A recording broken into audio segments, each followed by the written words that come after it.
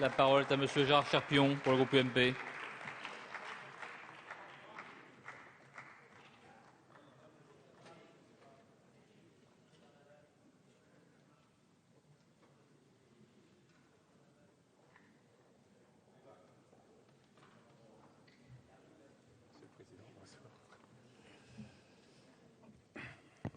Monsieur le Président, Monsieur le Ministre, Monsieur le Vice-président de la Commission, Monsieur le rapporteur, Mesdames et Messieurs les députés, chers collègues. Alors que l'accord national interprofessionnel du 11 janvier 2013 devait être historique, il signe en réalité l'échec du gouvernement, un échec tant politique sur le fond et qui se traduit par un désaveu politique.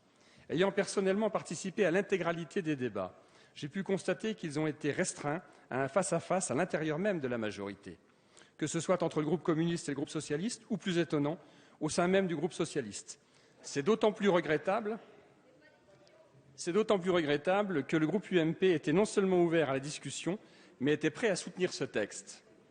La tension sur ce texte était telle que le ministre a dû demander une suspension de séance de 10 minutes sur l'article 16 pour convaincre sa majorité et tordre le bras de son rapporteur, loin des caméras. Cette suspension de séance aura finalement duré plus de 45 minutes.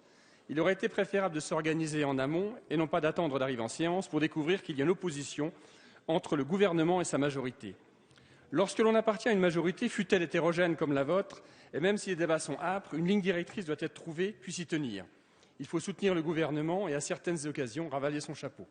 Le groupe socialiste, à son aile gauche notamment, le découvre. Ceci a nécessité un séminaire de réflexion cette semaine, véritable thérapie de groupe, qualifiée par la presse de calinothérapie. Nous pouvons observer que le président de la République découvre lui aussi le fonctionnement d'une majorité parlementaire. Moi, président de la République, je ne serai pas le chef d'une majorité, je ne recevrai pas les parlementaires de la majorité à l'Élysée, tout le monde s'en souvient. Et qu'apprenons-nous dans les journaux? Afin de ressouder sa majorité, le président de la République reçoit les députés et les sénateurs socialistes en petits groupes, en toute discrétion. On peut jouer sur les mots, dire que l'on reçoit quelques parlementaires et pas tous les parlementaires. On peut croire que les Français ne s'en apercevront pas. La réalité est là. C'est un renoncement de plus et un manque de transparence.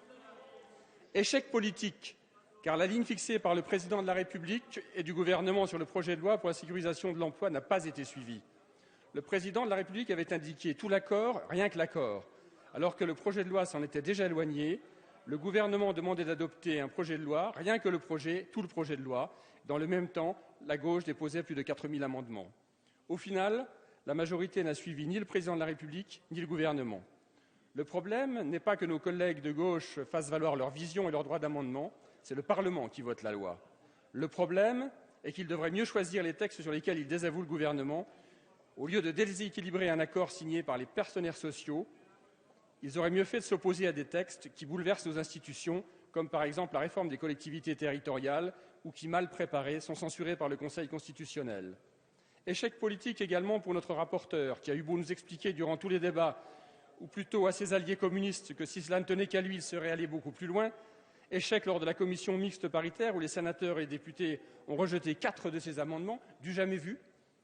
Et le rapporteur est allé jusqu'à présenter un amendement sur une disposition qui n'avait été discutée ni à l'Assemblée nationale, ni au Sénat. Une telle méconnaissance des règles de fonctionnement de la commission mixte paritaire est grave. Cet amendement, s'il avait été adopté, aurait été un motif supplémentaire de censure de la loi par le Conseil constitutionnel. Malheureusement, les griefs de forme ne s'arrêtent pas là.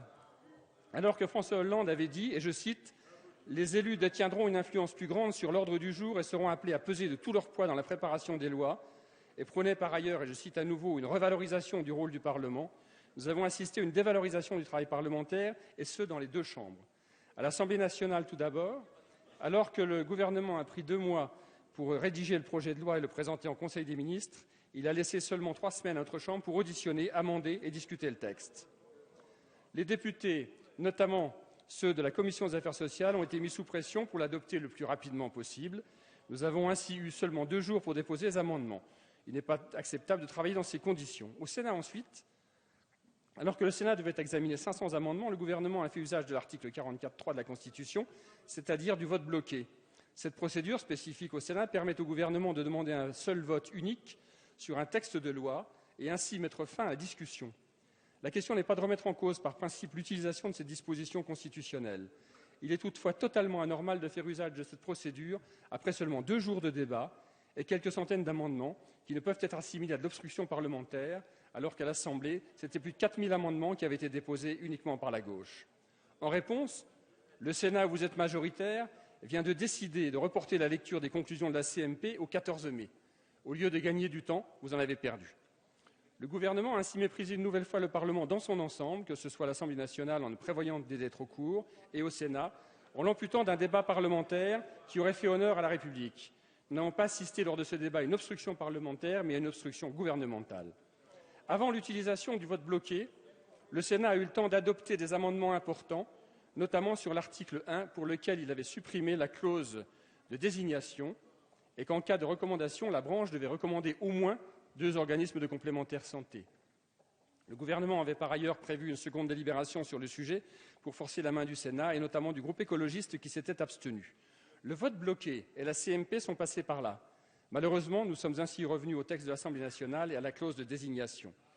Les députés UMP continuent de dénoncer cette clause qui prive les entreprises de leur libre choix, qui condamne 40 000 emplois dans le secteur mutualiste et de l'assurance. Le second point essentiel pour notre groupe concerne le temps de travail minimum de 24 heures par semaine. Nous avions proposé des dérogations pour certains salariés des branches professionnelles qui ne peuvent travailler dans ces conditions. Je pense notamment aux porteurs de presse, aux salariés du service à la personne ou encore à ceux des associations sociales et médico-sociales. Vous êtes restés sourds à nos propositions. Le Sénat n'a pas pu présenter ses amendements en la matière et je suis persuadé que le gouvernement se serait à nouveau fait battre sur cette question et que l'article aurait été modifié et ainsi n'aurait pas mis en péril des dizaines de milliers d'emplois de ces professions. Le ministre a promis aux sénateurs que cette situation se réglerait, par exemple pour les porteurs de presse par négociation de branche. Ce n'est pas suffisant. Il faut sécuriser l'emploi de ces salariés en inscrivant les dérogations dans la loi. Sur les services à la personne, le gouvernement, et je cite le ministre, entend prendre des initiatives. Curieuse façon de faire voter une loi dans la précipitation pour ensuite prendre des initiatives. Tout cela prouve à nouveau que ce projet est fait dans l'urgence et l'approximation juridique.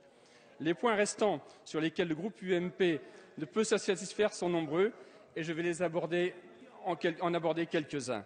La mobilité volontaire, le texte ne prévoit rien dans les cas où le salarié qui veut revenir dans son entreprise d'origine se voit opposer un refus par son employeur. L'invention du licenciement individuel pour motif économique, qui sera, je pense, un grand moment de bonheur pour les avocats, à défaut d'être celui des salariés et des employeurs. La suppression de l'avis unique de l'instance de coordination des CHSCT, Comité d'hygiène, de sécurité et de conditions de travail, ou encore le partage des cotisations pour la complémentaire santé entre employeurs et salariés. Vous l'aurez compris, le groupe UMP ne votera pas en faveur de ce texte, tant en raison de la méthode adoptée par le gouvernement pour mener le débat, que le fond du projet qui s'est éloigné de l'accord et l'a déséquilibré. Ce texte devait être historique. Ce qui restera historique, c'est l'échec de votre gouvernement, incapable de passer des promesses de la grande conférence sociale à une réalité qui se traduit notamment par ce projet de loi qui est bien loin de l'accord national interprofessionnel conclu le 11 janvier 2013. Eu égard à tous les éléments que j'ai développés, nous étions tentés par un vote négatif. Mais parce que nous, au sein du groupe UMP, nous respectons les partenaires sociaux et l'esprit de l'accord, nous nous abstiendrons sur ce texte.